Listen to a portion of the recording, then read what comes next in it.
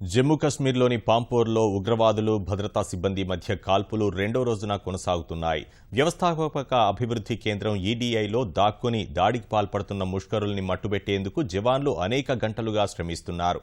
సోమవారం ఉదయం ఈడీఐలోకి చొరబడ్డ ముష్కరులు అక్కడున్న ఓ భవంతికి నిప్పుపెట్టి భద్రతా సిబ్బంది దృష్టిని ఆకర్షించారు. జవాన్లు అక్కడకు చేరుకోగానే ఒక్కసారిగా కాల్పులకు తెగబడ్డారు. ఉగ్రదాడి జరుగుతోందని గుర్తించిన సైనికులు ధీటుగా ప్రతిస్పందించారు.